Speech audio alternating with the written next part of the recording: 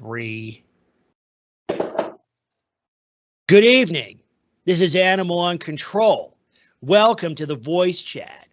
Conversation starters, outrage porn, sentience, more nutter logical fails, and a roast of our favorite YouTube commenter.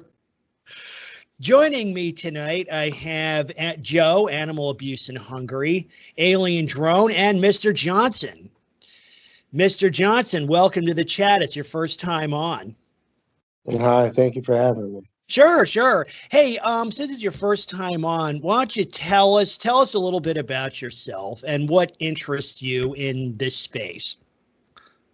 How I got into this space, I'm a chef by trade, and the kitchens I worked in, we followed a strict regimen. Even working in a zoo kitchen, I never had to worry about any antelope or anything wandering through the kitchen. But as I got out of that sector and I got more into the private sector, I noticed that everybody got a little bit more lax in the situation. And that's not something that I want to put my credentials on. I mean, I have a serve, save, managerial. Anybody who's been in the culinary world knows that that's not a cheap accreditation to get. And to throw it all away because I'm using unclean practices doesn't work very well. Right. So what was the issue, though? I mean, were people bringing animals into the kitchen? Was that, of course, I would think it would be our favorite animal, right? Well, no, not particularly. But what's been going on is a lot of the kitchens now, it's more open, since the whole COVID thing has subsided and the kitchens aren't as a closed world as it used to be. Now everybody has been watching cooking shows and everybody wants to kind of get in on the action. And when that occurs, people want to be closer to see what's going in their food, obviously. Right.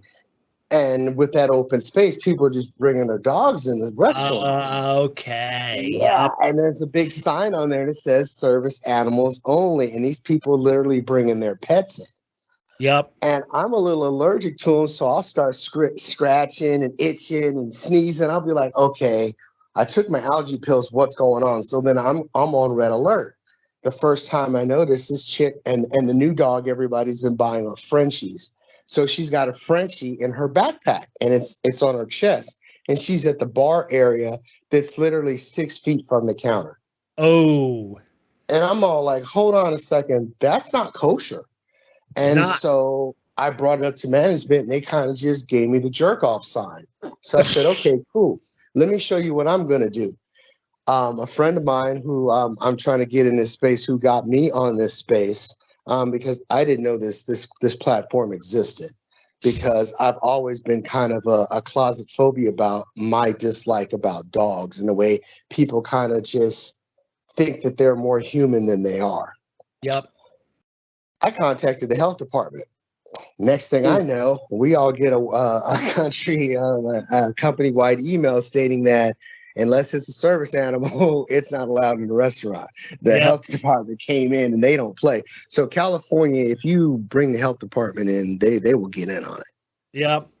It's probably like that in most places, unless the health department has been converged by dog nutters, and probably some have. I would imagine, they'll get their act together. Yeah, I hadn't really thought of that, because you just think of like, okay, animals, even under the service dog laws, there's no animals in the kitchen. Although in some places they bring them in anyway. But I thought about your scenario. It's very interesting, because I've been to places like that where they have an open kitchen.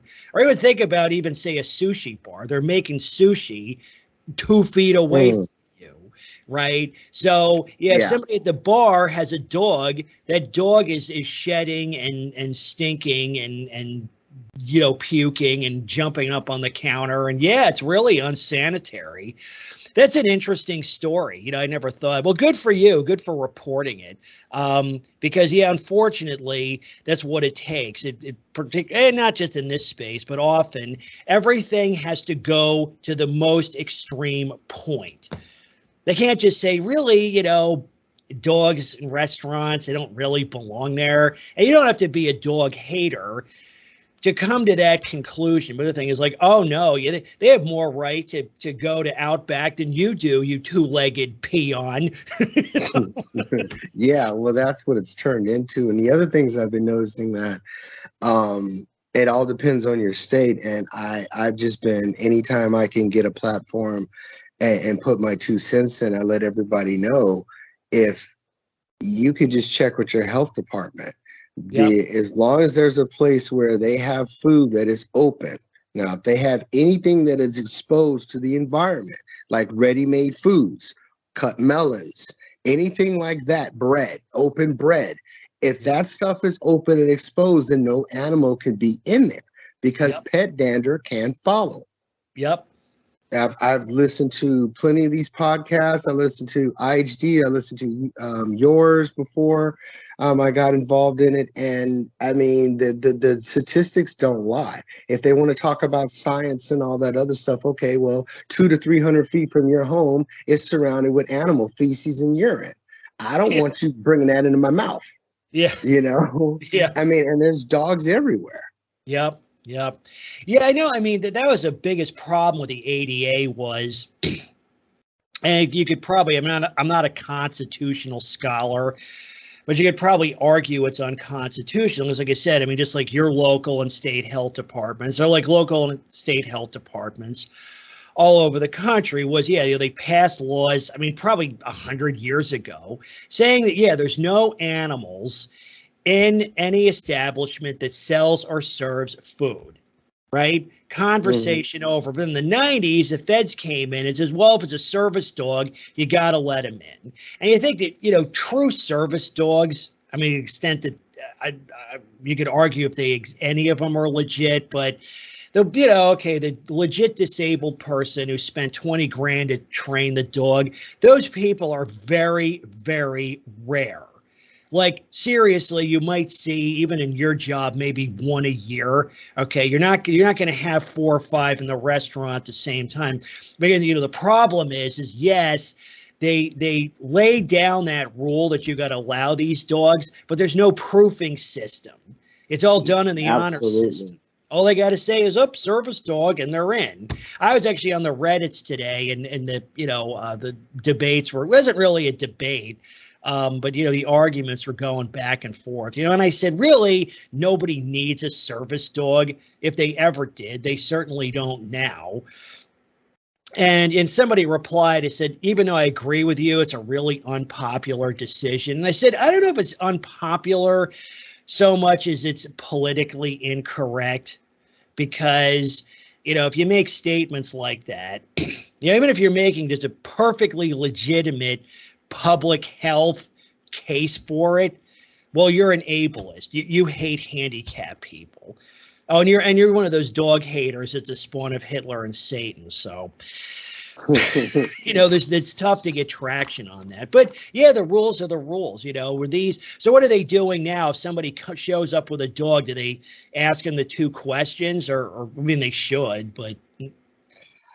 Well, you know what? They actually had to stoop to that, and it was funny because they the lady came in and she's just all like, she was like shocked as all hell, and I just had to chuckle because it was like, I mean, what do you expect? You just want to just bring your pooch in and just have it just chilling in your lap with its its bong hole while I open while I eat. Like, that is not cool. I don't want your elements in my fryer. Everything is open, like you said, like a sushi bar. Like, I would go and walk out. It's like, it's bad enough to try to get your head around that there's possibly parasites in the fish and you don't want to really think about it, but there's a possibility of anything. And then now you've got this creature in there panting and licking its lips, wants a slice. It's like, no, I'm not down for that. I just, and you never know. It doesn't make me smile. Yeah, and you never know when one of the, turd cannons is going to crap or piss on the floor, because that would make everyone's dining experience really interesting. And of course, according to the ADA rules, they do that, and that's grounds for an automatic eject. But the problem is, the damage is already done at that point. Like if I were in that place, I would leave. I would leave without paying and never go back. Seriously. Well, there's a few places I'm gonna hit up. One is Wally World, one is Target, and one is the local Mickey D's, where they just let the people just walk in there with their animals, and there's clearly a sign on the door that says no pets. And every time I ask them, but see, here's the tricky thing about Cali, and this is what really steams my bucket. What they have a sign on the window that says no pets, but then when you walk in the store, they have an announcement that says, and this is California here, you cannot leave your dogs in the car because they can break your window and you can get a felony. Yep. So they're forcing you to bring it in. So wait, why don't you just leave it at home? Yeah, that's what I've come up with. See, well, you're playing games. You're playing hot foot here. Yep. Yeah, leave the dog at home, or don't. You know what? And if you can't do that, then you shouldn't have a dog at all.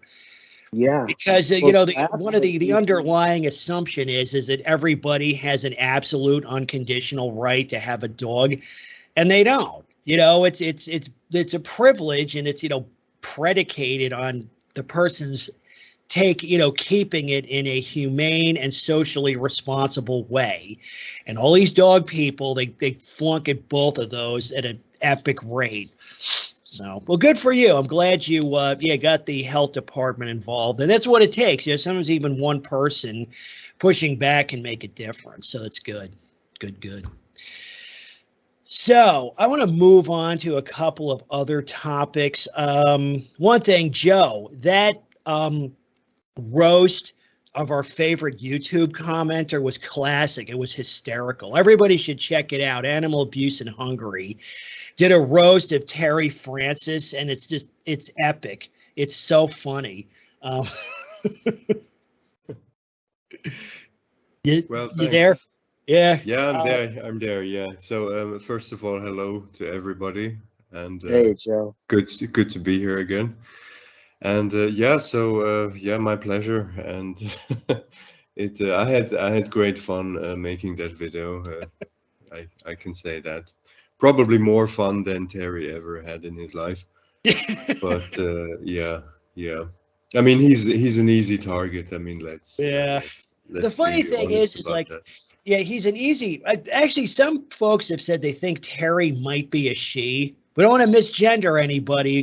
We'll get sued. But well, that goes into sort of segues into. Oh, I just want to ask you real quick: what video production software do you use for your videos? Well, I'm actually using the free Microsoft thing that's what's that called? Clipchamp. Yeah. Okay. Clipchamp. So it's free. So if I can do it, everybody can do it. So. Yeah, I should get. I used to do a lot with Windows Movie Maker, but they deprecated that with Windows 7. So now I do a little editing of these. With in photos, because you can do some minimal video editing in there. I think I want to do. I'm going to keep doing material like this, but I want to do some material like that also. So I got to up my game a little. But that segues into, one of the other topics was, if you've been following me, I had a series going on, nutter logical fails. And, Terry was, one of my favorite logical, failures. So, and I was reading one of his comments recently, referenced something, and you don't see the dog people use it too often because the thing is, most of them are too dumb to even use a bad argument. But what's interesting is, and Alien, you're going to like this. It says one of the topics tonight was relative privation. Relative privation. It's a logical fail, and Terry and some of the others indulge in that quite a bit. And relative privation is sometimes also referred to as, well, there are worse problems, because he or Z or whatever, was they were on, I guess it was on one of the IHD videos, commenting and said something like, well, you're all worried about dogs when, gas is $5 a gallon. Like, well, what are you going to do about that, smarty pants? Well, but what they did in World War II, I just looked up, not to interject, but this one's kind of funny. They had to choose between eating or their pets. And England decided you had to euthanize your pets. So they had to kill all their dogs in World War II. So we could go to that. Yeah, well, they still have them. I guess that was probably to, mitigate, shortages. But, well, that was actually another topic, because Joe, you and I were talking about that a while back. Like, what happens if World War III breaks out or the whole economy, collapses? Mm-hmm. How are they going to take care? Well, really could go for any pet, but particularly, how are they going to care for a high maintenance pet like a dog? How are they going to do that? Like, again, there's no law and order, no health care, no food in the grocery store. Like, what are you going to do? That's really a whole other topic. I don't want to dwell on that, because maybe dogs in the apocalypse is an interesting topic. That's a good thing to bring up, I think, because it is pretty popular these days, I think, for people to get into stealth prepping. Yeah. So they don't come out and say they're preppers, but there are a lot of people with an interest in it. Yeah. Yeah. Well, actually, go ahead. And a lot of these people like German Shepherds too, which is a big dog. So, that would be really hard, of course, as you're saying, in an apocalyptic situation, trying to feed the dog, a huge dog. Well, so I guess you could also use the dog as a source of food. Yeah. Yeah. I think brought it up was a Shake in the Discord. She's one of our Discord regulars. I guess she hangs out some of these forums, and I do too. You can actually qualify me. It's sort of a prepper light. It's not a big interest, but I have things. I have like backup power, and I have food stored and things like that. But I remember it was about 20 years ago. I was on I guess I was lurking on one of these forums. Maybe it was a survivalist forum. And somebody said, when the apocalypse breaks out, right, what's the first thing you need? And he said, dogs. Oh, and yeah, I remember that. Yeah. And so I thought, I was like, WTF, you moron. It's like, I think the thing is, it's because, and it goes back to like, references dog propaganda, as they've been, I guess, conditioned, or they think that, oh yeah, the zombie apocalypse breaks out. It's just going to be them and their dog, against in this, vast, barren, dangerous, wasteland. I think the dog is really going to be, not all dogs. It goes back to, unless you have maybe a really well-bred, well-trained, security dog, perhaps, it's just going to be a liability. Okay. All these, inbred, untrained, out of control mutts are going to be nothing but a source of problems, kind of like they are now. Right. Allow me to interject. So you're saying, and this just popped into my head when you said this, like, why the hell would I take a mutt? I'd go get a horse. Yeah. I'm going to ride that thing. I'm not going to, have something I got to walk with and feed too. Yeah. Yeah. Oh yeah. Horse would be way more, if you go back, technology, if we go back 150 years, horse would be way more useful. I mean, chickens would be way more useful because they lay eggs, and then when they stop laying eggs, you can eat them. Oh, I guess you could eat your dog too. Mutton. We already talked about it. What is that term in England when it was like horse or something? Mutton. Hey, I mean, the name's already out there. Might as well stick it to what we're going to actually eat it for. Yeah. But the dog. I don't want to get too. Maybe dogs in the apocalypse would be a better topic for another time. But I want to go back to the logical fails, the relative privation, because Terry was attempting to scold us for focusing on this issue when there's bigger problems. climate change, ground war in Europe. I don't know. The debt ceiling is 2 weeks away, et cetera, et cetera, et cetera. And I find that, interesting because, well, a lot of it, depends on, what you choose to focus on. It depends on your priorities, on your situation, on your interests. And, one point I've always made is, it's worth making again, because pretty much everybody in our space is here because they have had, their life has either been wrecked or seriously disrupted due to bad outcomes involving dogs, dog owners, and dog culture. In other words, and it wasn't even just one thing either. It was often multiple things, right? Like this happened and this happened and this, I got barked out of my house. I got attacked by a dog and blamed for it, or I had to quit my job because it was made intolerable because people bringing their dogs in and so forth, right? That is how people get here. They're not just, well, they didn't get into it in the abstract. Like sometimes people get into, social issues or political issues in the abstract, but no, almost all of us have very personal reasons for being here. And they either won't acknowledge that or don't respect that. And the thing is, those people, not that I really take them all that seriously, can't take those things away from us.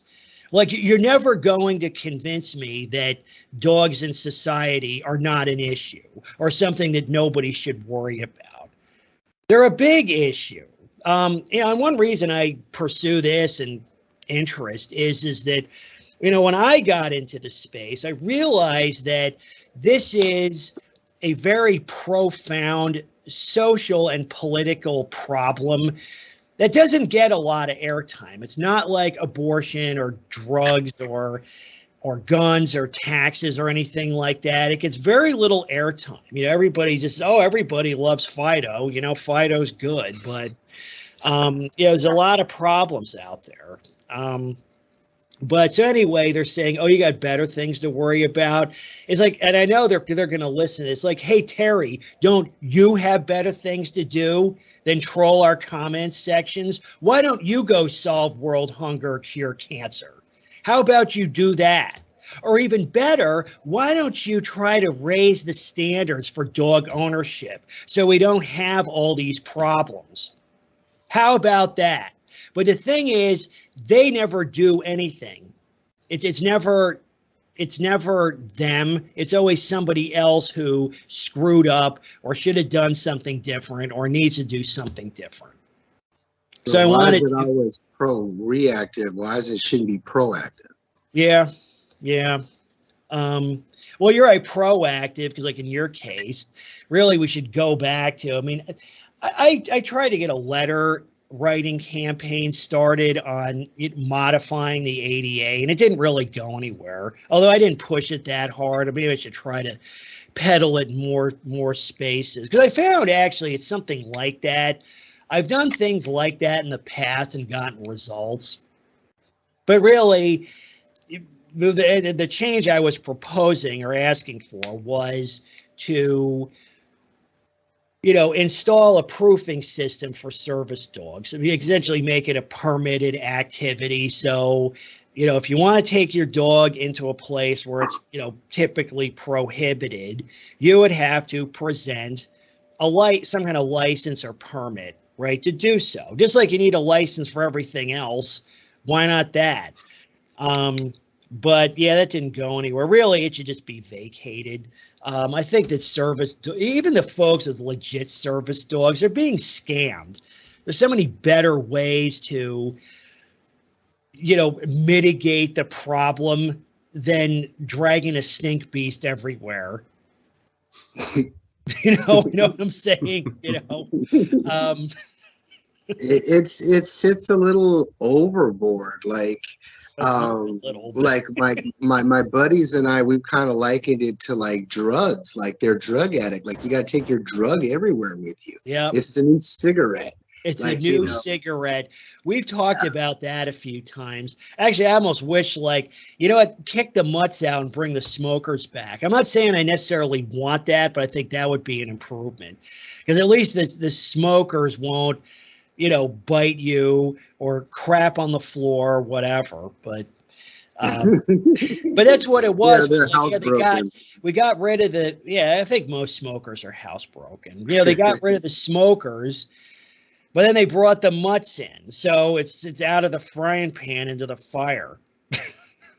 Yeah, and it's like they'll bring the bully breeds and Wally World, and I'm just like, and I'm like, you know, it gets to the point where I'm the age where I think out loud now, and I'm like, that's a bully breed. I'm like, that's a pit bull, and they just look at me like they're surprised, like, yeah, I called it out.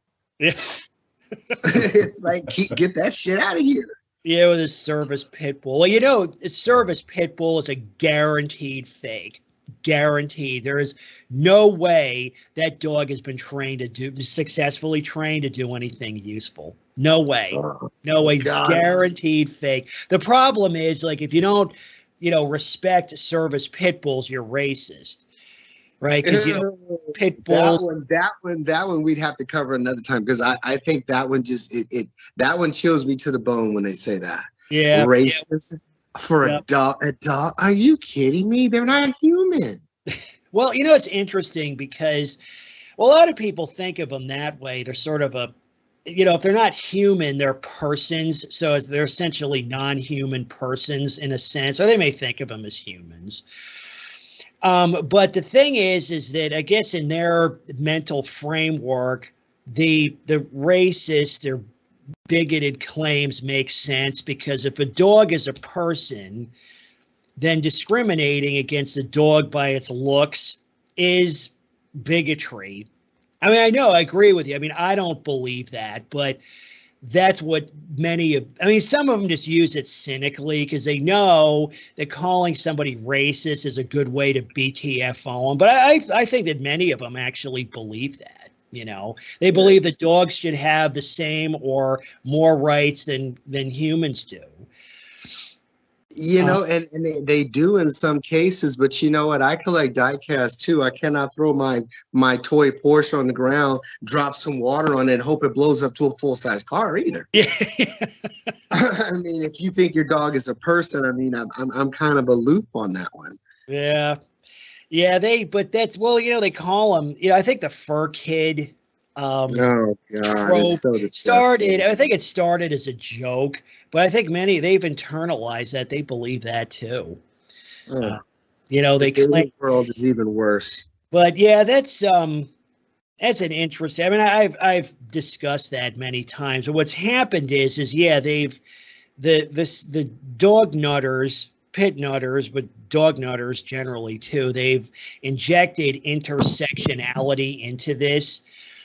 And so what's happened is now, see, pit bull is not just the dogs, it's the owners. It kind of oscillates. Like, who are you bigoted against? Is it the dogs themselves or the people who own them, or both perhaps? What they've done is they've set themselves up so they're like the most, like, this really oppressed minority, because, you know, people, you know, they discriminate against pit bulls and things like, you know, laws and housing and so forth. People hate them. People rail against them. So they're the most oppressed dog breed, right? And, you know, their owners are likewise oppressed. Oh, I can't, you know, get an apartment because of my pit bull. Or people, you know, make themselves homeless because, yeah, they can't get into a homeless shelter with their pit bull, or probably most homeless shelters don't take any pets, but they can't get into a homeless shelter. They can't get into housing. Relatives don't want the dog in the house, because anybody with a brain knows that a pit bull is a liability nightmare. You don't want that. So yeah, they wind up on the street because of their dog. But again, they're an oppressed, you know, minority. They're at the top of the intersectional stack, so to speak. Then give them a selective service card and send them to war. Yeah. Give them a job. I mean, Well, the thing is, they but pay can taxes. they take their pit bull with them? That's the whole thing. It's not Yeah, so much that they you don't get to can't. cheat the system. It's You not. don't It's get to not. be like Bruce Jenner, get to be the woman of the year, and you're not a woman. I mean, come on. All right. You cannot cheat the steps. That's what I've always done. One topic, Alien. You might have some thoughts on this. There was another Reddit. It's kind of pursuant to this, but on the Reds, somebody was claiming that animals are sentient, and maybe I get myself. Sometimes I misuse words or I use an outdated definition of it. I got into that with the the service dog debacle, because I referred to service dog handlers as handicapped. And they're like, nobody uses that word anymore. I'm like, okay, disabled, fine. But we were discussing, the sentience of animals. And my position was that animals are really not sentient. But then they said, oh, yeah, like, sentience, sentient means that basically you have feelings. And that's not what I took it to maybe I've consumed too much science fiction, but I always believe sentience to mean that you had a well-defined sense of self. Like you actually, I am, in other words. I am, I have, I think, therefore I am. That defines sentience, which is not something animals can do. But it seems, and I don't know if the definition changed or if I just had the wrong definition of it, but it seems that, well, basically anything with a functioning nervous system is sentient. Did you have any thoughts on that? I know a lot of people have been debating it, but the vegan community. I don't know how much experience you have with talking to people from the vegan community. I've known some. I had an aunt who was vegan. Yeah. Sentience is a big topic with those folks right now. But I ignore it because I see it as kind of irrelevant. Because they're trying to convince people to go vegan by showing hypocrisy in their attitudes towards some animals and not all animals. So they're fond of their pets, but then they eat farm animals, and so the vegans try to come up with these arguments to convince them. But I don't think it's really relevant. Humans are the species that went to the moon, and the other species didn't. And if eating other animals helps us fuel our bodies and brains while we're doing things like going to the moon and hopefully Mars and other celestial bodies in the future, then it's not really relevant whether they're sentient or not. They're not human. So but I think it goes to, because I guess the concept of talking about space travel of but I think what they're trying to do is they're trying to attribute personhood to animals. Yeah. And so let's by look saying, at the etymology. Yeah. Sorry, okay. Go ahead. Go ahead. No, go ahead. Go ahead. Okay. So let's see. Everybody loves an online etymology dictionary, right? So let's see. Well, it does say 1630s. It does say capable of feeling. So maybe that's where they're getting that from. 1630s, capable of feeling, having the power of, or characterized by the exercise of sense perception. From Latin. Doesn't also you have to be able to understand your existence and question it, and also that's what I thought. That's what I thought also.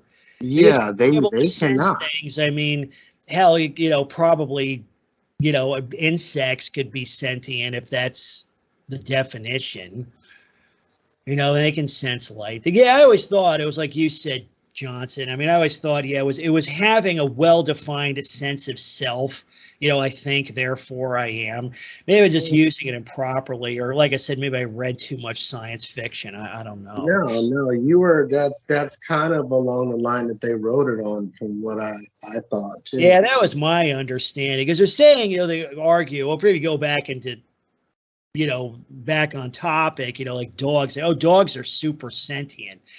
And I'm like, really? I mean, can Fido have a philosophical conversation with himself? I don't think so.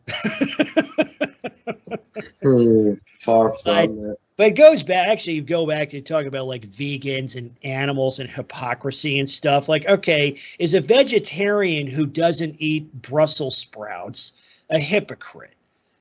And the answer is like, of course not. It's just a food preference. It's like, yeah, I don't eat cats and dogs and horses because I just don't care to. And I think it comes down to, there is a hierarchy of living things. I would put probably, I'm sure all of us would put humans at the top. So, because the dog people put dogs at the top, but, there is a hierarchy to, living things. I could say, okay, maybe I value the life of this living thing more than that living thing. And it's, oh, sorry, go ahead. They claim to put dogs at the top, but then they spend a lot of their time talking to humans. Yeah. Well, they put dogs. The dog is a it's more like an icon or an idol. It's a god. Fido is the furry Jesus. Right. Yeah. It's Fido's the furry Jesus. But I think too, it's like, I can value the life of some living things more than others. I mean, you got to eat something, right? So if I pull a carrot out of the ground and eat it, am I a cannibal or a murderer? Like, no, because the life of a carrot isn't really worth that much, it's like it only they called ODB crazy for calling himself Big Baby Jesus, but they called the dogs the furry Jesus. That one has always been tickling to me. I don't know, actually, because I call, when I reference this and I'm snarking, I refer to dogs in the abstract as a furry Jesus. I don't know if I invented that term or not. I know I used to say it on my blog a lot. I might have read it somewhere. I'm not sure where the term comes from, but they literally, and even going back to these commenters, even some of Terry's cohorts, claim that dogs are divine. That's so but it's interesting about sentience. It's like, okay, well, if it's just the ability to feel, then I guess cockroaches are sentient.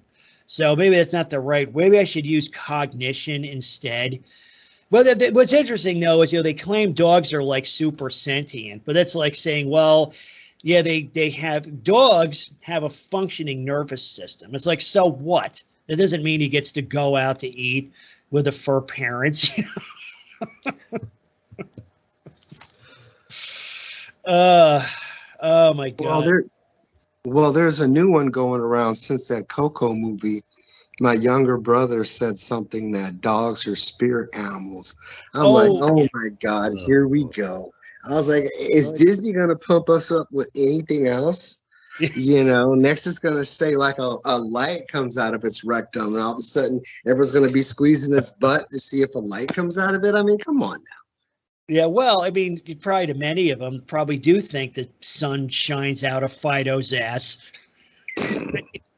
Oh my God, I'm trying to think about it. Was it Chef or was it Joe that had a video where somebody was sniffing the dog's butt? I was like, I was done. I think that was Chef. Oh my God, that's it was just ridiculous. It was too much. It was way too much. Like, to think somebody would do that to an animal, I couldn't do it. I didn't want to do it to myself. Like, if I smell myself too much, like my underarms, like I want to go take a shower. Like, why would you do that to? I couldn't do it. Yeah, particularly a dog. Oh like, no! You don't need to get too close. Like, I'm 10 feet away. I can smell his ass from here. I don't need to get. Yeah, it's rubbing it on the floor. I smell it when I walk to the house. Like, come on now. That's too funny. So going back to Mr. Johnson. So did you have any bad experiences with dogs that, predated your, incidences at work, like say growing up or at home or in relationships or in the neighborhood or anything like that? Or I had to really, really, really dig in on that. With that, because it wasn't like, a couple instances, but more or less, it's just, wow, I really had to think about that. Like Yeah. growing up, Some- we had German Shepherds, we had one that my grandmother had on my mother's side. Her name was Queenie. And what I would remember is every time, and I was like quite little, like maybe like 2 or 3, we would have McDonald's, and to little kids, that's like the world. And she would literally punk us for the cheeseburgers and our fries. Like there would be one picture of us sitting smiling, and the next picture we'd be crying because she would take it from us. Oh, jeez. My second wife fell in love with, she had to have a chocolate lab. And if anybody's had one of those things, they just, when they bond with someone, they are just ridiculous. And they cry all the time. They whine. It was one of the other fissures in the falling of our marriage, because she had to get rid of that dog because she didn't want to come home and take care of it. Oh, wow. So you were a tale from the doghouse then. Oh God, it was in the crate all day. We had an infant son. My son was only maybe 6 months at that time. And I'm weighing the options, is it going to be a puppy or my kid? Puppy or my son? Puppy or my son? The puppy's going to lose. Yeah. So, that happened. And just, some dog attacks. Just recently, a couple weeks ago, I was riding my longboard down the street, and this guy's German Shepherd's just meandering around, and I had to pop my blade out and tell him to curb his dog. And I thought he had secured it and went in the house. He closed the garage. I turn around, 5 feet later, the dog's up on me again. Oh, jeez. So, and he just gave up. He's just like, oh, forget it, and just went in the house. I can't control this dog. I'm like, I don't get these people. And it's like the snarling, the attacking, the barking. I mean, it's what everybody goes through. Yeah.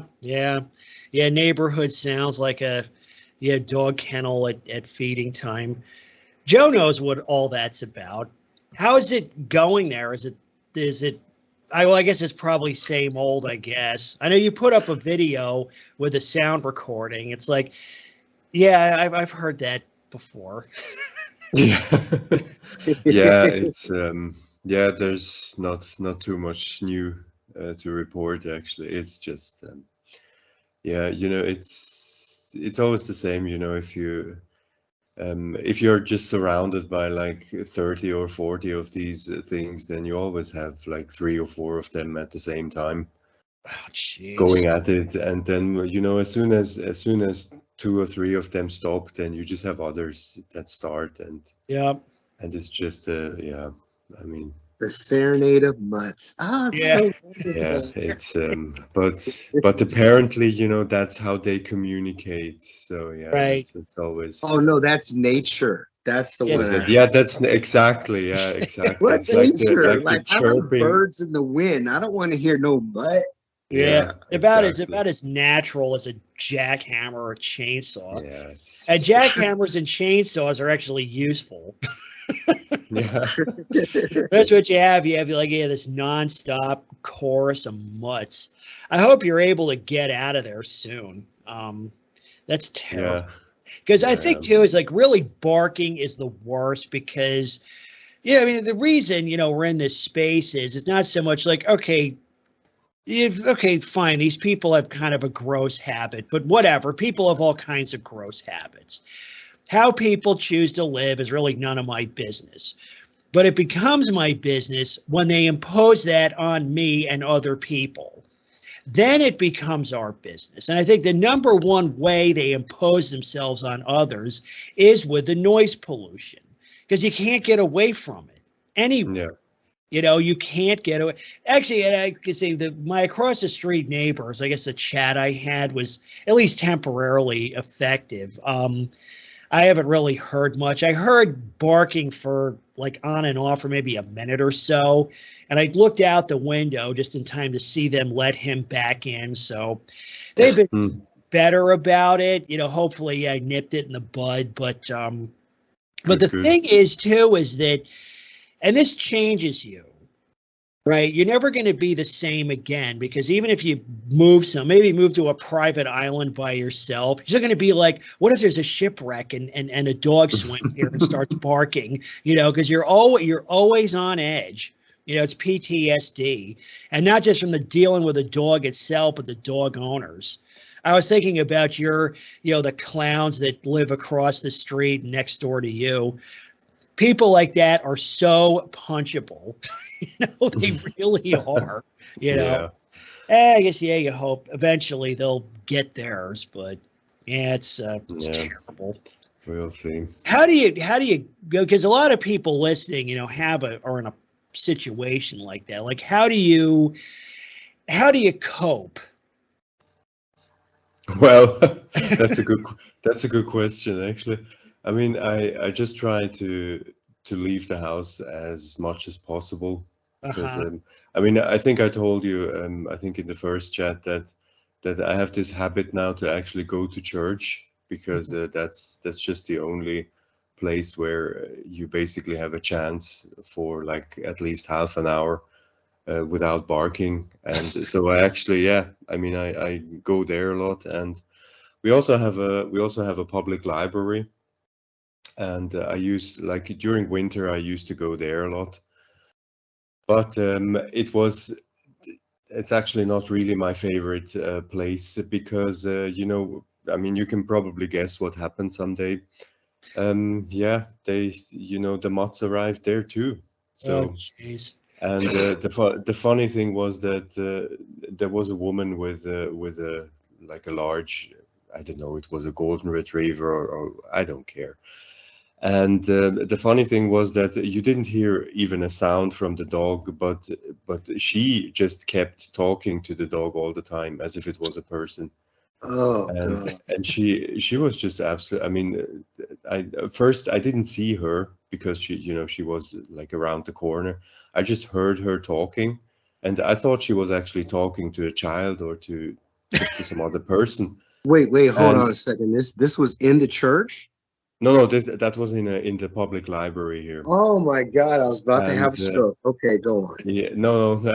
Yeah, well, it's actually worse. It's probably worse in the library. I mean, it's supposed to be a quiet place. It's like, shut up, lady. that went out the window. Yeah. I mean, yeah. So she just kept talking, and at some point I was just wondering, like why is the other person actually not saying anything? And then I looked around the corner, and then I saw that she's actually talking to her dog, and it has been going on for like 20 minutes. And then at some point I just thought, I mean, come on, like and she even had a book, you know, she was actually there for a book. And then I thought, like why did you come here to talk to your dog? I mean, you can talk to your dog at home. Yeah. You go to a library, but okay. But yeah, talk about places dogs don't belong. I mean, libraries are quiet places, and dogs are not quiet. It was Dark Castle. I think he put up a couple of videos about, because he frequents his local library, and people bring dogs in, and the dog starts barking in the library. And because, you know, he tells staff, and they're like, well, okay, you know, if it happens again, we'll ask them to leave. Because, of course, they said, of course, the dog is a service dog. Of course, what service has the dog been trained to provide? Well, it disturbs the peace. So, yeah, that's actually, but I'd rather listen to the stupid owner talk than the dog bark. But so, yeah, that's true. Yeah, but you know, it's. You never know what's going to happen next. You know, it's just then they will probably bring their friends, you know, and they have dogs too, and then they will bark at each other, and because that they probably read poetry to each other and whatever, because that's what dogs do. And I don't know, it's just one thing that got dogs into libraries here was the they call it the Tales for Tales program. Oh, And it's a Oh, program, boy. they do it in schools too, but it's a program where kids read to dogs. Supposedly it's to, enhance literacy. But, and I'm, yeah, you hear the laugh. It's like, yeah, right, and but if you say something wrong, the dog's not going to know any different. yeah, well, so anyway, it started, and I remember this came up on my blog last decade. And I was like, when this thing came up, I was like, no. In fact, it's an unqualified, unconditional fuck no. No dogs in the library. Like, we got to draw the line somewhere, man. We got to draw. And even a lot of the other, blog commenters were saying, oh, come on, Uncontrol. It's only 1 hour a week, and the dog comes in the back entrance, and it's not in the main library area. It's in like a conference room or whatever. And I said, look, this is a proverbial inch. Okay, because today, yes, it's going to be just the one dog, which is probably on drugs, in a conference room 1 hour a week. And then, 5 years from now, every library is going to be full of dogs barking at each other, peeing on the floor, attacking people. That came up. There was a viral video about a homeless guy goes into a library with his pit bull and attacked a security guard. But that's the thing is like, it's a proverbial inch. And it's like, you should never ever give these people anything, because again, you give them an inch, they're going to take a light year every time. So that stinks. How are they with dogs in like restaurants and cafes in your country? Is there a line drawn there, or do you see those too? Well, I mean, I don't know what the official law actually says, because we have talked about that. It's not really important what the official law says in Hungary. Right, it doesn't matter. we are very creative, and it's more about how you interpret it. And I mean, dogs are definitely allowed. If you have outdoor spaces, if a restaurant has an outdoor space, then I mean you can take your dog there. With indoor in restaurants, it's I would say it really depends on the restaurant owners, because if they are lenient, then they can say, okay, like you can take your dogs inside as well, but they would probably have to be quiet, and you shouldn't really notice them. Yeah, but I think really it is probably up to interpretation. I mean, it's not that I go to restaurants a lot here, but it's definitely something that also goes into the direction that it's becoming more and more liberal. That if you do not let the dogs in, then you're considered kind of uptight, or like, why are you so unfriendly or something. So it's Joe, you're so too yeah sweet. You're way too sweet. I'd say they just don't give a shit. That's exactly. what it sounds they just like. don't give a shit. Probably. Oh man, so, Pat, get the hell out of there quick. I'll try. Well, I think too, you're right, because like more people are opposed to this than you think, but very few people will speak up or say anything, or file. That's exactly the way here, that when you speak up against it, then you're immediately considered to be like, come on, why are you so you're probably fun at parties and stuff like that, Yeah. But I mean, props to you, Mr. Johnson. I mean, it's good to see that the chefs are actually starting to not take this nonsense anymore, because really you can be absolutely sure that I would say 90% of the people in the restaurants, they don't want this nonsense. Yeah, they but don't. they just nobody wants to be the one actually speaking up and being unpleasant about it. But I think secretly I'm absolutely convinced that most people don't want this crap. Yeah, they don't. Well, I mean, I don't want to wash my hand 3 or 4 times, but I have to. I mean, if it keeps people safe and not sick, I haven't got anybody sick yet. So I'm going to wash my hand 3 or 4 times. I mean, they're going to get washed. And it's interesting because there's all these really stringent health codes, but just the same thing. There's always that doggy loophole, right? That Fido sort of gets to, get in through. Because the thing too is you got to worry though, because if you trespass one of these people, there's a risk that they could sue you under the ADA. And that happened. That's probably one reason. 'Cause like here in the U.S., again, we've got these really kind of heavy-handed ADA rules because they say, if you're a proprietor of a restaurant or a grocery store or whatever, as long as they answer the 2 questions, you got to let them in. And of course, no proof is required. They can just say whatever they want. They say, well, is a dog required because of a disability? Yes. What task or activity is a dog trained to perform? Well, he eats the faces off little kids.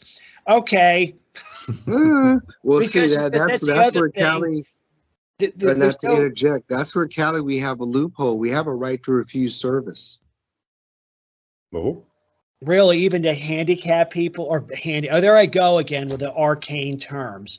Disabled. How dare you. And then that's the loose interpretation, like you said. It all depends. Now, is it a service animal? Then we're allowed to ask you that.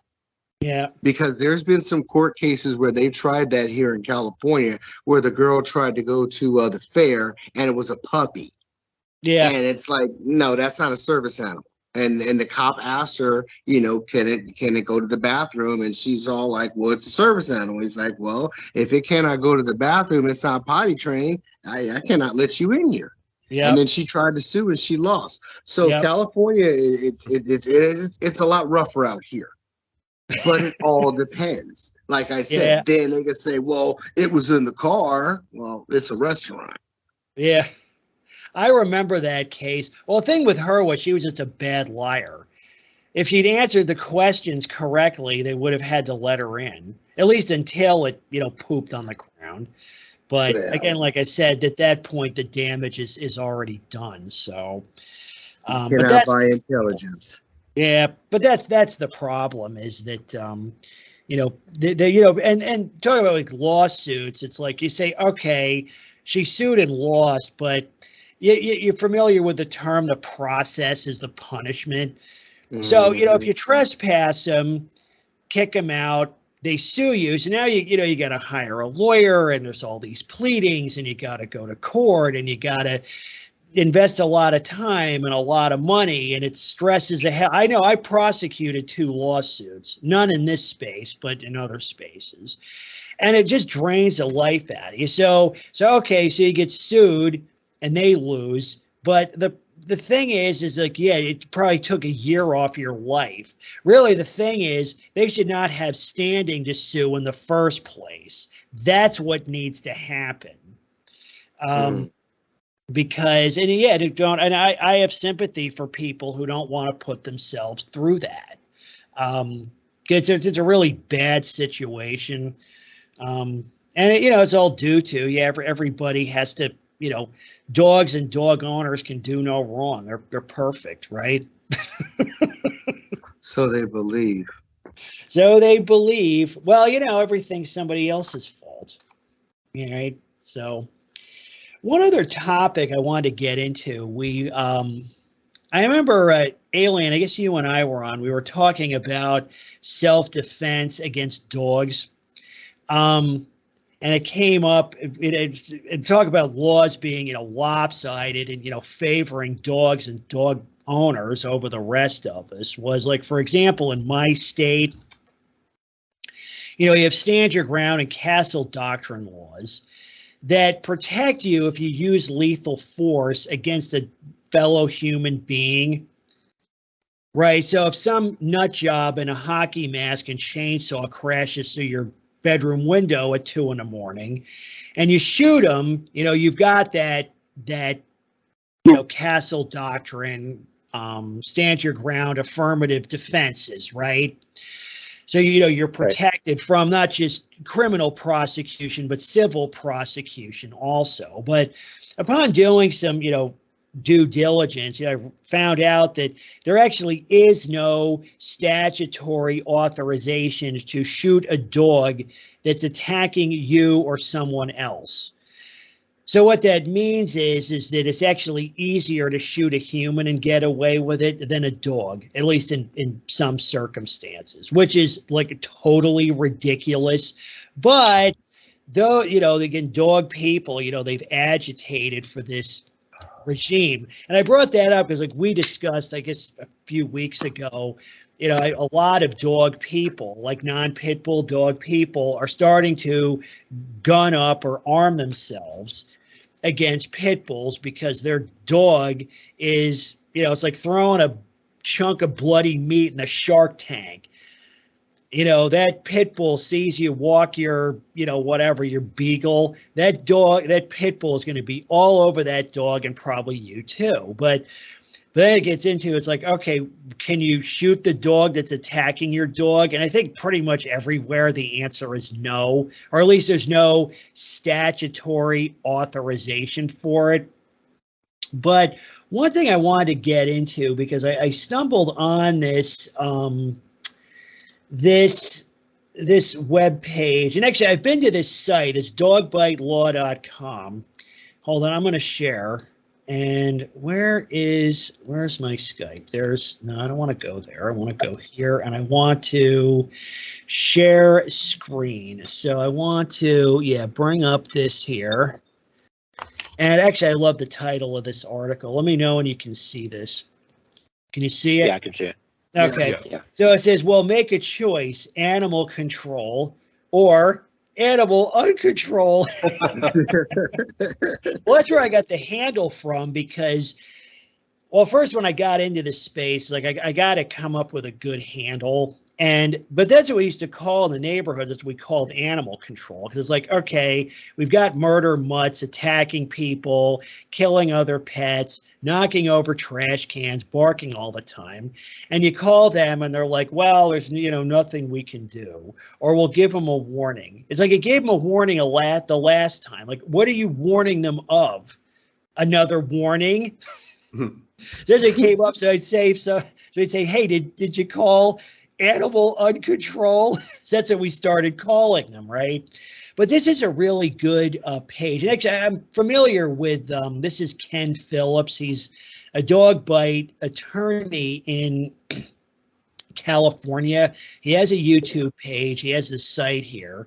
And he's, I guess, one of the few attorneys who actually specializes in litigating on behalf of victims of dog attacks, essentially. So, but he gets into this type of scenario, not necessarily defending your dog against another dog, but I was doing some due diligence on, cases where someone had defended themselves against an attacking dog and had been prosecuted for it. And I know what happens, but I couldn't find anything. But he gets into that here. Okay, so, but what he gets into is interesting. He says existing laws make our communities unsafe by restricting animal control to authorities. So what they've done is they've said, look, if you've got in a dangerous dog scenario, you do not have a self-help option. Okay, all uses of force in the space are limited to authorities, animal control, and maybe police. Okay. And, and subjecting us a possibility of civil and criminal penalties if we kill or wound an attacking dog. This is unfair, and there are ways to change it. So I think I found my new cause to pursue. I think I might get another letter writing campaign going. So recent case illustrates one of the greatest issues in dog bite law, namely whether vicious dogs should be dealt with solely by animal control authorities or in the alternative by a combination of formal action by animal control authorities in addition to individual action by people threatened by those dogs. Because, right, if a pit bull latches onto your face, there's probably not going to be an AC person within 20 feet. So to put it bluntly, the issue is whether someone who is threatened, and this goes what you were talking about, Johnson, is threatened by a vicious dog can kill or wound it without having to defend against civil or criminal charges for doing so. Okay, I believe that the policy of restricting the ability to animal control authorities is inadequate and dangerous. And you see this often in dog attack cases, either whether the dog's attacking another dog or a person. And there's people there, but it seems like they're not really doing much. And you see this in videos all the time. I shared some of these in some of my segments. They're not really doing much. It's like somebody cut the dog's throat, right? I butchered animals. You get in there, you get cut nice and deep, that thing's going to be on the ground in 10 seconds. It's going to be game over. Why does nobody do that? And they don't, because I think most people know that doing so will get you into some really deep shit. It shouldn't, but it does, right? And I think that's a big contributor to this problem. So what they've done is they've created a regime where, okay, all uses of force are limited to animal uncontrol, which by definition does nothing. That's probably a big reason why we have such a dangerous dog problem. Okay, so he thinks it's inadequate and dangerous, and laws should be enacted to share their power with the people. We were discussing this in the Discord the other day, is that talk about laws that need to be revised. You know, castle doctrine, stand your ground laws, or whatever the equivalent is, need to be updated so that they protect people who use force against attacking dogs. Because like I said, right now in my state, there's no statutory authorization to use force against an attacking dog. Now, there's nothing that says I can't do it, just that I'm not protected. So if I were to shoot or stab an attacking dog, I could be, you know, jacked up by authorities for animal cruelty, inappropriate discharge of a firearm, endangering a minor if there's a kid within a 50-mile radius or whatever, because they're going to take it very, very seriously in most cases. And he gets into some cases here, and I said, well, this is probably not a good example of, this is not a self-defense incident, but I blogged and vlogged about Clonda Ritchie many times, okay? She complained 60 times to animal control authorities about the dogs next door. And the dogs eventually killed her. 60 times. And animal control did nothing. Now, what's interesting about that, you can read more about this, but I'll give the TLDR is that her estate sued the city successfully because they were able to prove that, what do they call it, Aileen? You probably know. What is it? Sovereign immunity that public officials have that protects them. Is that the right term? I'm actually not familiar with that, but yeah, but the thing is, actually, might have that, right? Yeah. Yeah. So, but any case, her estate sued the city and won. They got a $3.5 million judgment because they were able to prove that the authorities were just grossly negligent in the case. It wasn't a self-defense case. What was interesting about her case was that her vocation was in politics. She worked for the local chapter of the Republican Party. She wasn't a politician. She did administrative work. And she would talk to people at work about this, and they said, her coworkers said, like, you need to pick up a rod and you need one like right now. And she said, well, you know, I'm not a gun person. I'm not really into guns. So in any case, but this is the kind of thing that goes on. So we have this anarcho-tyranny type arrangement where we have anarchy for dogs and dog people. They can do whatever they want with no consequences, right? Because the authorities won't lift a finger against them, but they will go after us if we try. We're not, and I'm not talking about being a vigilante. I'm just talking about trying to spare your own life when you're attacked by murder mutts, right? So, in any case, so this case here, Patrick Burns was charged with misdemeanor counts of cruelty to an animal and discharging a firearm within Idaho Falls city limits. A pit bull threatened him and he shot it dead. The dog's owner felt that his animal was simply being friendly. That's what they're going to claim. Fido just wanted to play, right? Particularly if you're a dog person, right? And a pit bull attacks your dog, you stab or shoot or somehow, use force against the dog. They're going to say, look, that dog just wanted to play with your dog and you murdered him, Yeah, it was just trying to get the squeaker out of his throat. Yeah, that's all right. So anyway, local prosecutors, this goes back to what I said earlier, where the process is the punishment, right? So local prosecutors forced Burns to defend himself at a criminal trial. The jury acquitted him. He's thinking, yay! But really, they should never have prosecuted him in the first place. It's totally frivolous.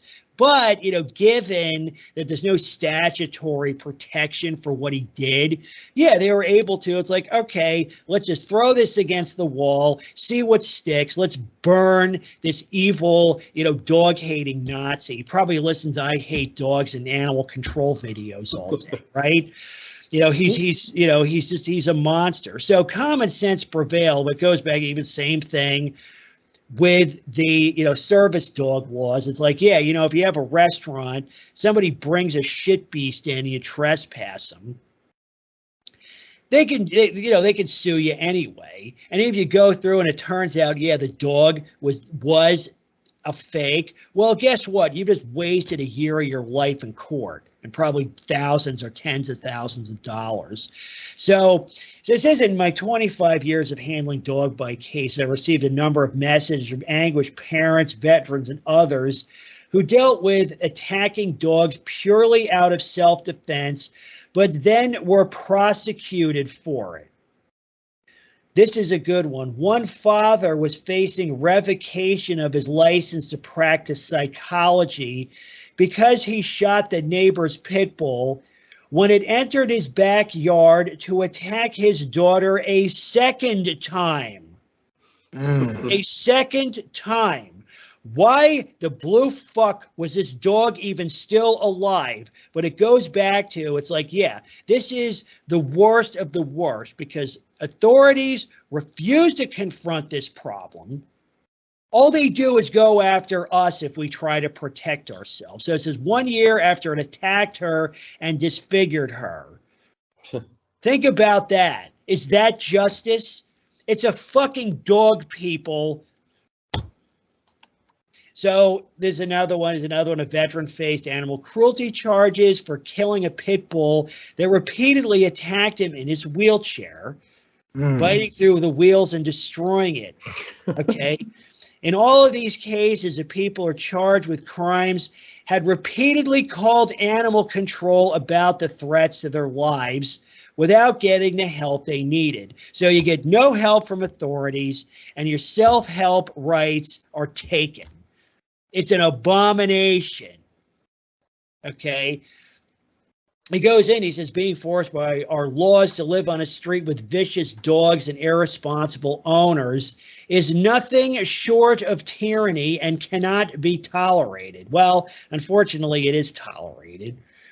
Authorities cannot claim to have the sole legal right to deal with vicious dogs and then permit them to terrorize our communities.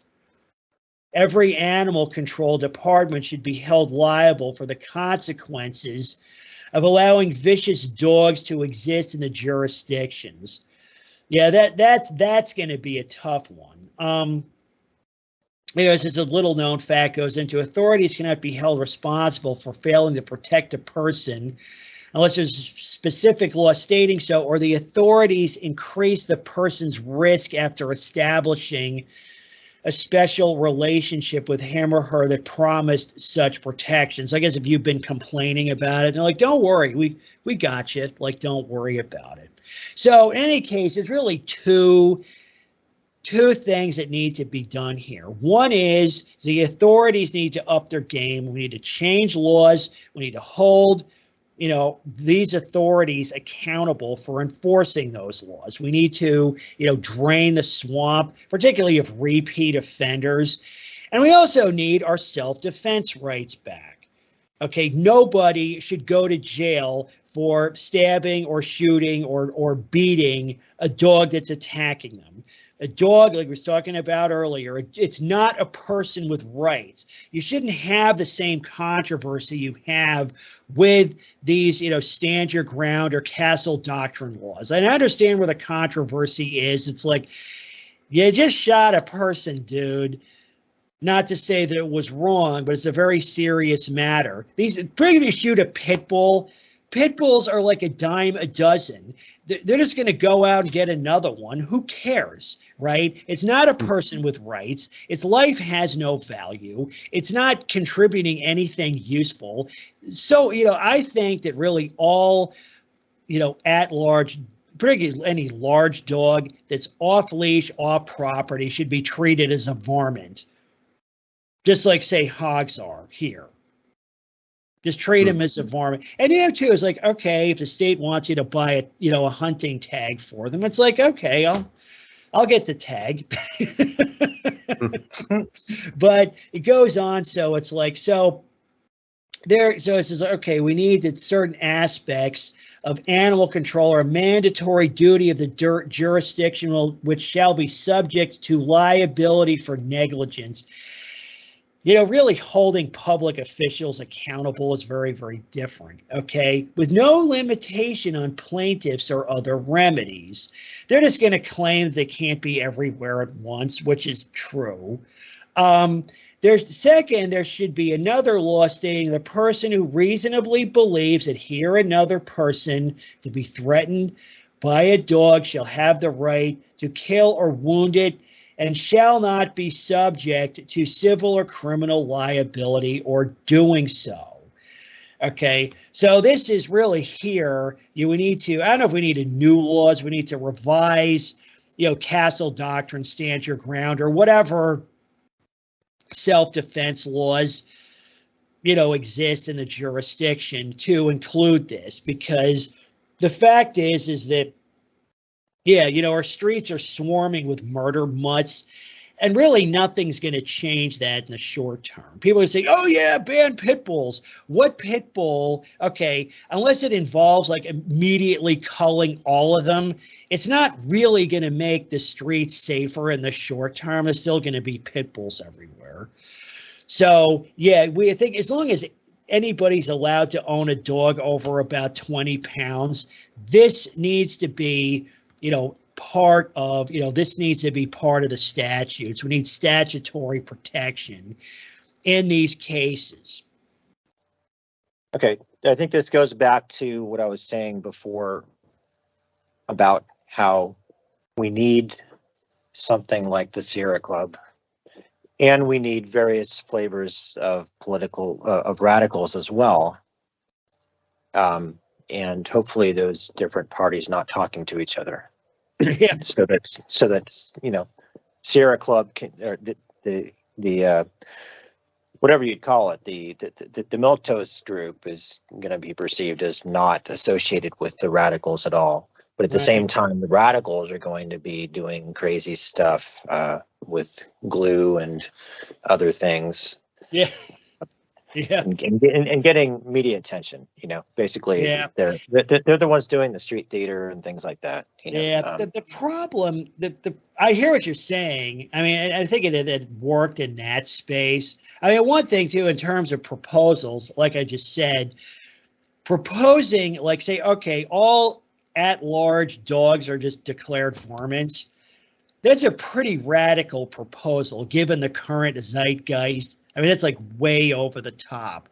So then it says, okay, amending, say, the stand your ground laws to, authorize, say, stabbing or shooting a dog that's attacking you, then that seems very, very moderate. They're like, oh, okay, you know, but the thing with like street theater and stuff, at least in this space, is that, well, they're just going to say, well, you're just an evil dog hater.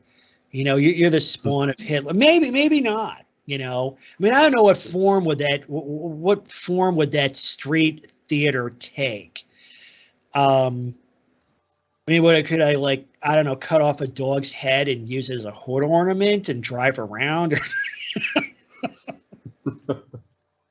It's worth thinking about. You know, you can take a look at what PETA does and then try to figure out what dog critics are. I don't know, what do you call people who are concerned about dogs? I mean, it's not dog haters, really, is it?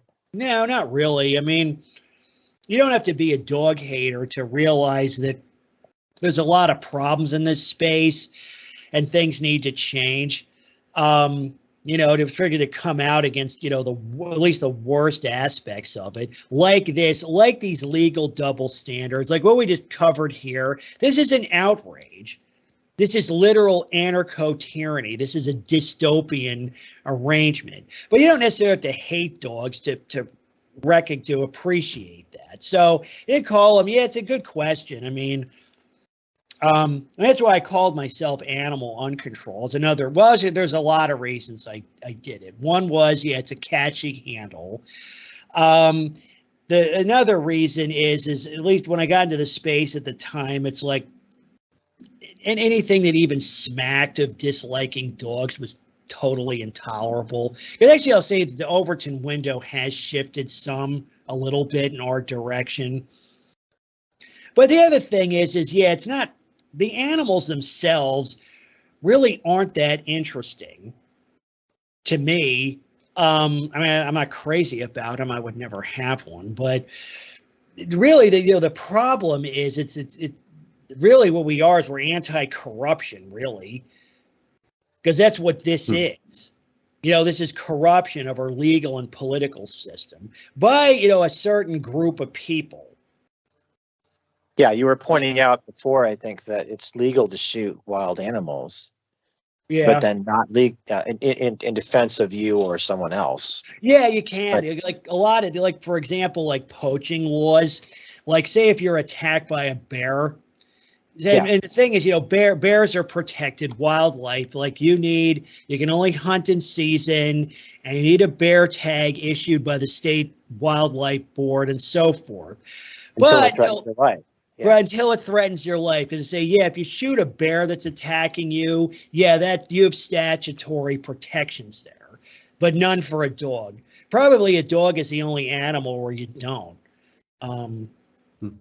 have that protection. So yeah, one difference is the dog is private property, also the owner. Yeah, that's kind of interesting though, because it's autonomous property, right? Like if the dog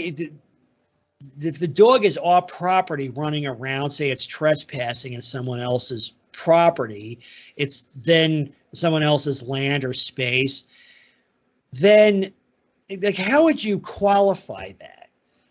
Right? Like let's say, I don't know, my neighbor dumps her washing machine in my backyard without my permission. I just wake up and I see it out there. So I say, you know what?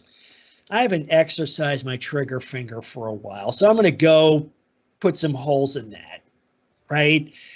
Yeah. What leg do they have to stand on, really? If they say, oh, you owe us a new washing machine, it's like, what the hell is, I mean, I wouldn't do that. I don't know. I don't know if you can't really come up with a good allegory or metaphor for it because it's not their property, but they're autonomous property, right? They act on their own. But yeah, I think we definitely, I mean, look, if I can shoot a human in self-defense, if I can shoot protected wildlife in self-defense, I should be able to shoot a dog in self-defense. I mean, it's just ridiculous that we can't. Because, yeah, I think it might get more people into the space if you say, look, because I think, even though I hate dogs is doing great, I mean, the guy is just killing it. I think many people don't want to get involved with a hate group, even if the object of the hatred is totally hateable, right? Even if it's just totally hateable, don't want to get involved. So yeah, you could maybe talk like you could say, okay, dog culture critic or something, or Strong disdain. strong disdain. Well, not really. I mean, the problem is that, you know, you have this group of people who have sort of established themselves as almost like a neo aristocracy or something. When you think about all the things they get away with, it's ridiculous. And even if you look at cases like this, like self-defense cases, you know, in many of these cases, there's intent there. In other words, the dog owner actually wanted the dog to injure somebody or to cause some kind of problem. There's intent there. But even if there isn't, probably at best it's reckless endangerment. But they don't even get that. It's just something that happened. You know, it was an unavoidable accident, or the victim deserved it. So. But yeah, it's interesting to examine some of the, you know, deeper philosophical stuff, because just talking about how gross and nasty they are doesn't really, it's not very compelling, I guess. If that makes any sense. But yeah, well, society has come around to seeing seatbelts, let's say, as a good thing.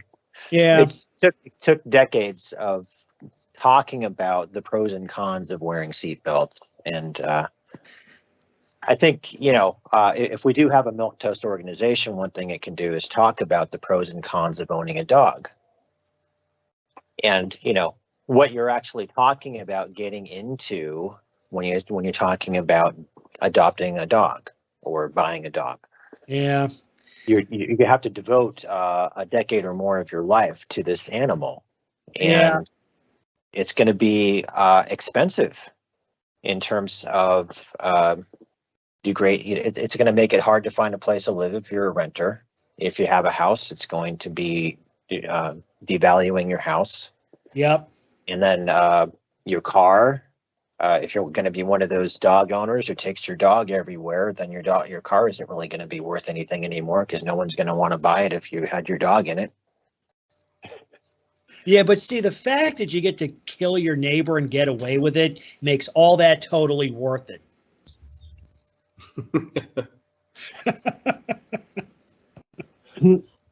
Well, I think the thing is, you know, the way really to discourage, I mean, the thing I think, I mean, all that's true, because yeah, the dogs are sold to society in a very dishonest way. Like they say, okay, it's just going to be this totally carefree best friend, which is a lie. It's just not true, period. So, but I think one thing that can work too is, you know, shaming people, particularly going back to what you were saying, like crappy dog owners. I think last time when Joe and I were talking about, you know, his dog nut neighbors and my dog nut neighbors, is that, you know, there's an animal welfare issue here too. And one reason we have so many problems with dogs is that dog owners don't fulfill that responsibility to keep the animal in a humane way, to actually meet all of its needs. So yeah, so they're shitty dog owners, and to say, yeah, you know what, to be a good dog owner, you have to put in all this effort. And if you don't, you're a fucking piece of shit. Right, particularly because not just necessarily for the dog's sake, but for the sake of everybody around you, right? Like the yard barkers, you know, dogs that are tied up outside to bark all day. It's a statistical fact, although I forget the statistics, that there's something like 2.5 times more likely to bite. And going back to the, you know, what this site is about, you know, it's like your dog attacks somebody. It's like, okay, you won't be prosecuted criminally. But, you know, civil court is a place they can get damages. You can be sued. You can be sued for a barky dog. I mean, because, you know, noise polluting is a tort. So you could present that also. It's like, you know, to not be a shitty dog owner, yeah, you have to put in a ton of, you know, time and effort. Yeah, because dogs are very high maintenance. Yeah, they need a lot of input from the owner, and most of these owners don't provide that. That's why we have a lot of these problems. So yeah, you know, you could do that, and the more radical people could say, yeah, let's just like start varminting these off-leash dogs. You know, if animal control doesn't want to, you know, put down their coffee and donuts and take care of it, it's like, fine, we'll just implement Rule 308, and that will solve the problem.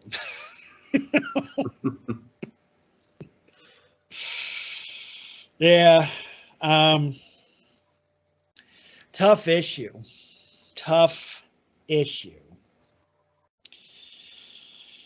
So, oh, that was the other thing, because Joe, you did there was one more thing I wanted to cover tonight. Now we're coming up on an hour and a half, but you did another really good video on broken window theory. Actually, you and I discussed that briefly last time or the time before, I forget, you know, and broken window theory, you know, involves essentially minor crimes. Like, should we prosecute them or not?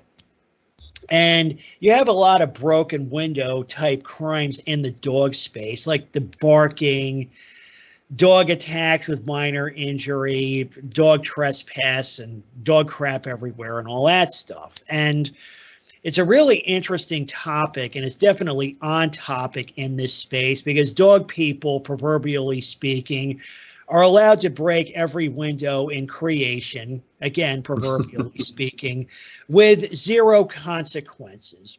And it was funny because, and I'll get back on the topic in a minute, but I don't know if you guys are familiar with Tim Pool. He's a podcaster, and he does just talks about political and social issues weeknights.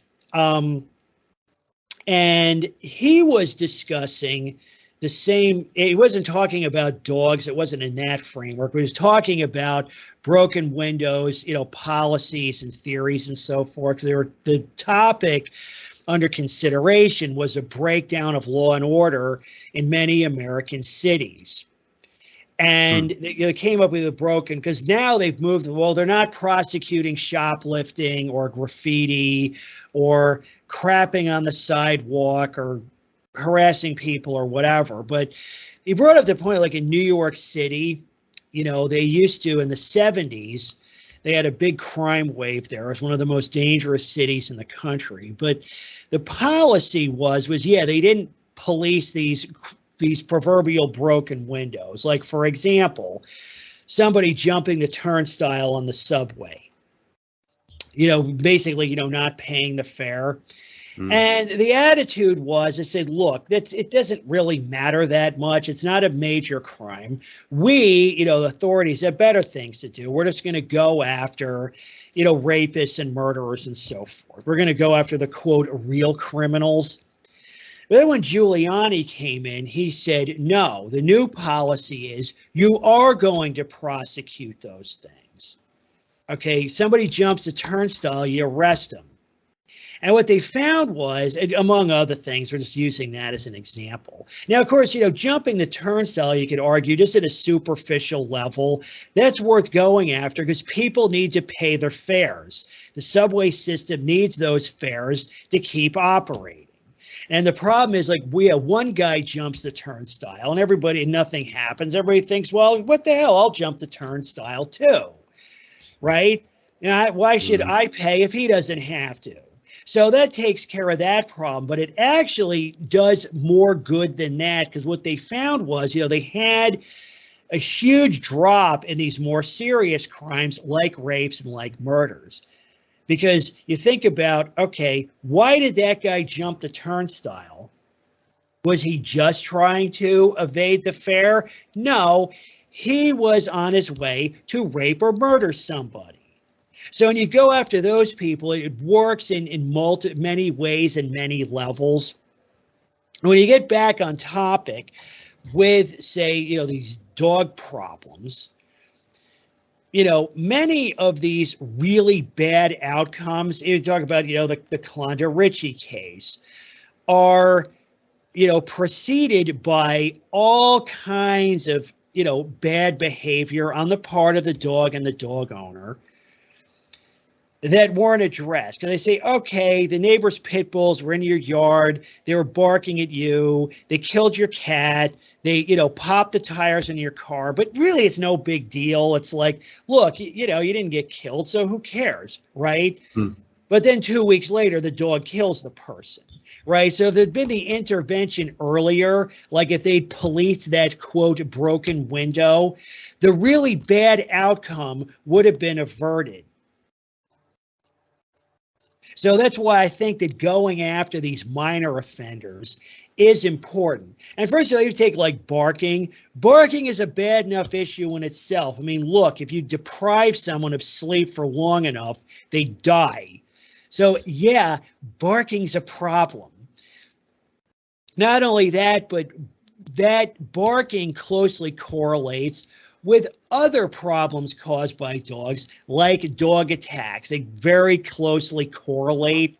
So by going after the barkers, you not only reduce the noise level, but you also mitigate some of these other problems caused by dogs.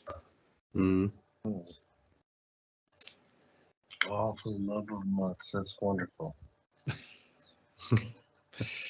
So yeah, that was an interesting thought. But anyway, that's a good video. Yeah, Joe, your animal abuse in Hungary put out a really good video on broken windows. Well, broken windows policies and the like, and I suggest everyone watch it.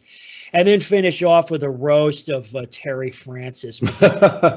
That'll end the day with the laugh. So the thing is, some folks say, just so maybe I'll close out on this. I don't know if you folks have any other topics you want to cover, but sometimes people say, if you talk about, say, Terry or his, mentor, the superstar writer, some folks say, don't feed the trolls. And usually not feeding the trolls is, you don't want to engage them in a serious way. But if you do it in a, if you snark them, there's a lot of entertainment value there. It's actually, if you can do it in a way that's funny and entertaining and gets the point across, I think it's worth doing. It's I mean, they have limited entertainment value. When Superstar Writer was I Hate Dogs Exposed, and he when he first came out, I would put really snarky comments on his videos, almost like pretending. It's like, wow, this was brilliant, just amazing. Like, this is the best video ever posted to YouTube. And some folks say, look, don't feed the trolls, but hey, look, there's entertainment value, which means there's value in doing it. You don't want to engage them in a serious way, because then you're feeding the troll, then you're kind of giving them what they want. I remember one time, I think Terry was, trying to act smart on one of the IHD comment sections. And I said, Terry, day drunk on a Wednesday is no way to go through life. Right? I'm not even going to debate what they're trying to say, like whatever their privation, their relative privation fallacy. I'm not even going to debate that. It's like, look, if you think that world hunger is a bigger problem, fine, you go deal with that. We deal with this because this is what's important to us. This is what matters to us. This is what we find interesting. So. Yeah, well, I mean, I made it easy for myself. I just put it up to a vote, and I just made a poll, and I let democracy decide if I should actually feed the troll or not. So, well, yeah, but the thing is, it's good content, like, because you're not really engaging him because you don't want to engage the troll in a serious way. Don't take the troll seriously. But if you can snark them, like if you can, ridicule them in a humorous way, I do it. I'm not going to say, so I'm not going to say nobody else should. So, yeah.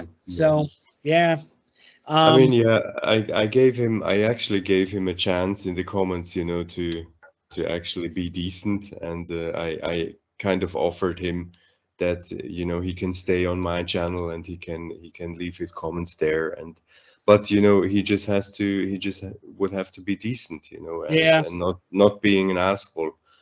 And I think he or she, I really don't care, like so Terry, if you are listening, I really hope that I am misgendering you. So I gave him the chance to actually, you know, to be taken seriously, and I think he couldn't even keep it up for one, you know, for one reply. And he already had to revert back to his to this snarky, arrogant, like you know, this smart ass prick type well, of he's a comment. smart ass, but I mean, I'm a smart ass, but the thing is that none of these people are funny, or at least not intentionally so. Like, I always try to be, I'm a pain in the ass too, but I always try to be more entertaining than I am offensive, right? They don't. They're just yeah, you're right. They're just assholes, right? They have nothing useful to say. They're not entertaining, or at least not intentionally. I know that when Superstar Writer came out, it's true with some of the others too, was I really got a kick out of it. It's like, this guy is hysterical, but it's not intentional. Like he's not a gifted comic or anything. He's unintentionally, you know, if you get into, you know, like say, you know, there's movie genres like so bad it's good. So you take a movie that's so bad, right? Yeah. It's so over the top bad that you just can't help but laugh at it. Like, say, I don't know if anybody, here's a movie recommendation. Well, there was a movie made in the 90s called Ed Wood. Any of you guys see that? Oh, yeah. It's a true story. I know that's it's about one. Ed Wood was a producer of really bad sci-fi horror movies back in the 50s. And his magnum opus was a movie called Plan 9 from Outer Space. But it was funny. It's a very entertaining movie. I love it. It's actually one of my favorite movies. But I mean, Ed Wood in real life was like that. You know, he saw himself as really serious, you know, movie producer, like he was, you know, I don't know, Steven Spielberg or Francis Ford Coppola or something. I mean, those guys didn't exist back then, or they weren't making movies back then. But he saw himself that way. But yeah, he was a joke. And I remember at one point he gave a copy of one of his films to some movie studio executives, and they literally thought it was a joke. Like, somebody is pranking us with this thing. But, you know, if you watch, I've actually seen Plan 9 from Outer Space, not the MST3K version, like the actual studio release. And it's actually it's very poorly made, but I laughed out loud multiple times. Oh, I hear a dog barking. I heard that too. Yep, it's over here as usual. Oh, it's you. Okay. Yeah, it's not even, it's like 2 houses down, go figure. Oh, gee, that's the thing is, they're so loud.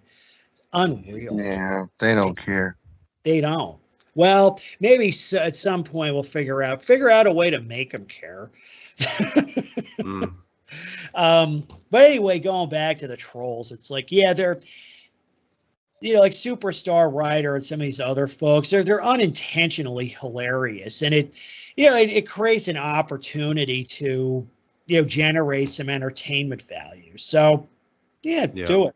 I think eventually, like, I don't lurk or really interact with them much anymore because I sort of hit a point of diminishing returns on that. I don't find them endlessly entertaining, so I don't really bother with them. But yeah, they act because, you know what, they have nothing. They're not smart. You know, they don't have anything interesting to say, and they're just wrong. They're just wrong. Yeah. That's why everything that comes out of their mouth is a load of crap. Yeah, definitely. Yeah. So, and I have to say, I'm also a little bit disappointed about the trolls, because I've like from the beginning, I actually had the plan to make a video about, you know, making fun of mean comments. So I thought it would probably not take very long to gather, I don't know, like 30 or 40 really mean comments, and so we could make fun of them in a video. But Yeah. so far, I'm just totally disappointed about the trolls. I mean, they are just like they should really just crank up their game. I mean, Yeah. this is so, like, most of the comments are just so boring. I mean, that's just so unbelievably boring, and you can't. It's not even unintentionally funny, many of them. Yeah. And you know, as you said, they just have absolutely nothing to say, and like I don't know, like the best that I got out so far was one guy who told me in a comment that he wished that I would have been aborted. So that was his great argument, and I thought, yeah, well, I mean, I mean, this is such a kindergarten level, and you can't even use that to make a video about mean comments. It's just so dumb. Yeah. Well, a lot of it But, too, yeah. it's not even presented in an entertaining way. No, Like if I were to say that, let me think about this for a second. If I were to say that, how would I express that? And I would say, hey, Terry, you are a walking advertisement for legal abortion. Your parents should be ashamed of themselves. You know? That's already much better than what. Yeah, you know, see, much things better. they get up. Well, like I tell you, it's like, you know, these guys think they can out troll me. They're in way over their heads. If anybody ever comes at me, I let them have it. But I respectfully do it, and I just start. By the time I realize it, there's like 10 facts, and then I never hear from them again because they just get drowned. Yeah, or they close the account. It's sort of these like drive-by, you know, trolling. You know, because somebody will post something. And I've seen even like in the comment sections on my videos, like the view count will go way up and then collapse back down again. Because that's what they do is they create a troll account. They post a bunch of trolls. And then 3 days later, they delete them. Mm. So then they delete the account and all the comments go away. And it's weird because a conversation thread is hard to follow because you have people responding to somebody who's the comment is gone. They're no longer on the system, you know. But it's like, why do they even do that? Like, why? You know, but I'll answer those too. It's like, wow, yeah, another pithy comment from an account created today. Yeah. Well, it's part of the same reason why when their dog mauls someone, they run. Yeah. Yeah, exactly. Yeah. Good point. Yeah. Yep. The dine and dash that's called. That's what we should call it from now on. Dine and dash. Dine and dash. Yeah, actually, that was a term from last decade because it's sort of like, you know, they have their vernacular, particularly the shelter people. Well, the dog is reactive. What does that mean? Well, it'll kill anything that moves, right? But, you know, but so we said we have our vernacular also. Yeah. Maybe I should put up. Back to it. We should create like a dog critic or a dog haters dictionary, you know, with all the terms like special treat, rule 308. You know? Oh, I wanted to find your bingo so bad because I mean, it's like it's so fitting because, you know, you just the excuses are so generic. They're so recycled. Yep. And I wrote that was 10 years ago, and they're still using them or some variant of them, right? They're still out there because they get away with it, and they do it because really nobody challenges. Oh, it's like the dog's just doing his job. Okay. No. The dog needs a change in job description, okay? That's what needs, because all these things are just conversation enders, and they leave people speechless. Maybe I should do that, too, because I also, last decade, I wrote up a series of blogs on, because each one of those is a fail, but I wrote, you know, a paragraph or so on how it's a fail, right? Like, for example, dogs bark, it's what they do. And I said, look, just because something has a capacity to do something does not make it okay. Period. Okay? When I could do all kinds of things that I don't do, it's like I could shoot the dog in the head. But I don't, mainly because, you know, the laws protect them. But, you know, just because the dog, but it also goes back to owner accountability. Yeah, they tell you that. You say to them, yeah, dogs bark. And who brought it here? You did. And that means that you own this outcome. It's your job to shut the fucking dog up or get rid of it. That's your job. I just gave you something to do. Like, you got to put it back. It's all about accountability. You just got to put it right back on them. You say, well, it's a dog's job to bark. Who gave him that job? Who did that? Because whoever did, owns this outcome. Yeah, shut that company down. Yep. Yep. So are there any other topics? I think, let me see what I got here. We did the outrage porn. We talked about sentience, logical fails. Let's see, trolls, broken window theory. So unless you guys have another topic, I think I'm going to close it out. We're coming up on 2 hours. So going once. I'm good. I'm good. Thanks. Going twice. All right. Thanks everybody for joining. This was great. Like I said, this is being recorded. I'll probably upload it tomorrow. Typically there's one day because I need to maybe just do a little editing, put in title cards and export it. And I also want to get the chapters in. Oh, and for folks that are still listening, I keep meaning, I always forget this, but some folks say, well, I'd like to join, but I'm nervous about going live. These are not live. They're recorded for uploading later. So if you, I don't know, blurt out your social security number or some sensitive information, I can edit that out. Don't worry. I've actually done that before. So that's cool. So we can take care of that. Or if somebody has a really long call. One time I was on and I had a really long, I inhaled some water and I wanted this minute-long coughing fit. So I said, that doesn't sound good. So I was able to, crop that out. So in any case, yeah, again, I'll close it out. Thanks everybody for joining. This is Animal Uncontrol. And as always, people first. Later, guys. See ya. Take care. Take care. Bye. Bye-bye.